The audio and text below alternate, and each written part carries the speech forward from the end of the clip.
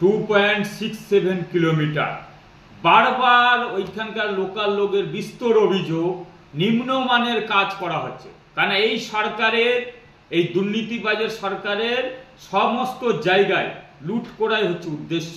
কাজ ভালো হলো মন্দ হলো কোনো ব্যাপার, এতে সরকারি আধিকারিক, এলাকার তৃণমূলের পঞ্চায়েত সমিতি বা জেলা পরিষদ বা সেখানকার এমএলএ সবাই জড়িয়ে থাকে। তাদের প্রত্যেকের পার্সেন্টেজ দিতে ঠিকাদারের ঘাম চুয়ে যায়।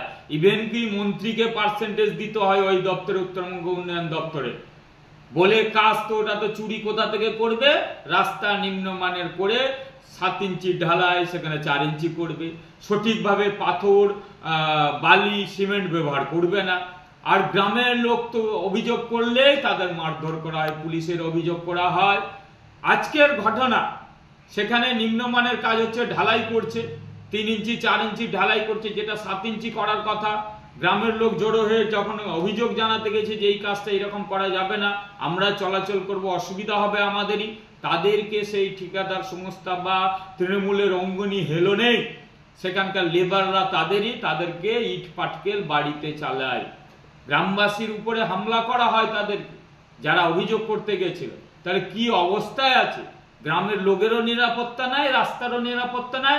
ওদের একটাই উদ্দেশ্য, সেখান থেকে চুরি করতে পারলে হলো, আমরা সবাই টাকা পেলে মুখ বন্ধ হতে, প্রশাসনের মুখ বন্ধ, সেখানকার তৃণমূলের নেতারও মুখ বন্ধ, উপর লেভেলও মুখ বন্ধ। এই হচ্ছে অবস্থা।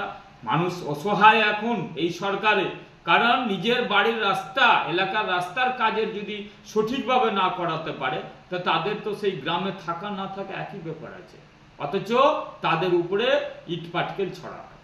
আমরা ভারতীয় জনতা পার্টি সর্বদাই মানুষের পাশে থাকি, এর অভিযোগ করব বিভিন্ন জায়গায়, এবং এর তদন্ত সাপেক্ষে সঠিক যেন কাজ হয়, নালে চোরদের উপযুক্ত শাস্তি হয়, এই ব্যবস্থা করব।